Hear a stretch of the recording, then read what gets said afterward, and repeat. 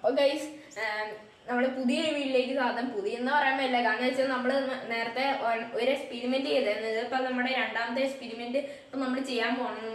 മുമ്പേ ചെയ്യാമെന്ന് പറഞ്ഞായിരുന്നു. അപ്പോൾ എല്ലാവരും കാണാൻ സഹകരിക്കാം.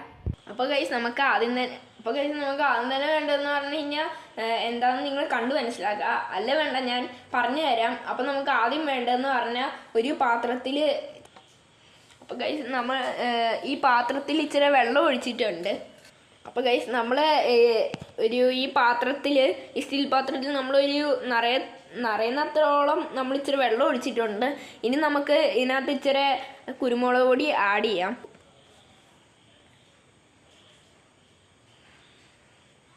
അപ്പോൾ ഗൈസ് നമ്മൾ ഇച്ചിരി കുരുമുളക് പൊടി ഇട്ടിട്ടുണ്ട്. അപ്പോൾ ഗൈസ് ഇനി നമ്മുടെ കുരുമുളക് പൊടി സ്പ്രെഡ് ആവാൻ ഇച്ചിരി സമയം എടുക്കും. അതിനെ നമുക്ക് കൊടുക്കാം. അപ്പോൾ ഗൈസ് നമ്മുടെ എക്സ്പെരിമെൻറ്റ് വേറെ ഒന്നുമല്ല. ഇപ്പോൾ നമ്മൾ കുറച്ച് കുരുമുളക് പൊടി ഇന്നത്തിൽ ഇട്ടിട്ടുണ്ട്. അപ്പം നമ്മൾ വെറും നമ്മുടെ കൈ ചുമ്മാ ഒന്ന് മുക്കാൻ പോവാണ്. ഇന്നത്തിൽ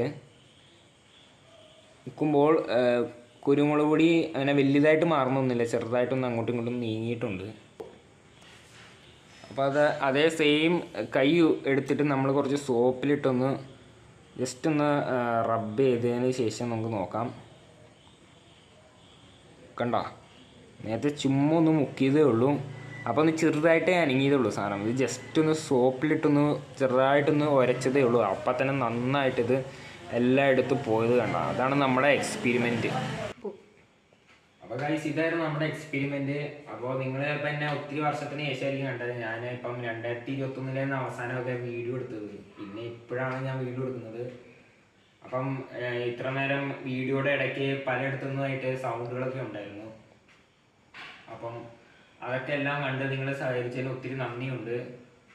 കൂടാതെ വീഡിയോ ഇഷ്ടപ്പെട്ടെങ്കിൽ ലൈക്ക് ചെയ്യുക, വീഡിയോ ഇഷ്ടപ്പെട്ടെങ്കിൽ ഡിസ്ലൈക്ക് ചെയ്യുക. നിങ്ങൾക്ക് എന്തെങ്കിലും അഭിപ്രായങ്ങളുണ്ടെങ്കിൽ കമൻറ്റ് ബോക്സിൽ രേഖപ്പെടുത്തുക. നമ്മൾ അതിനനുസരിച്ച് വീഡിയോ ഒക്കെ എടുക്കുന്നതായിരിക്കും.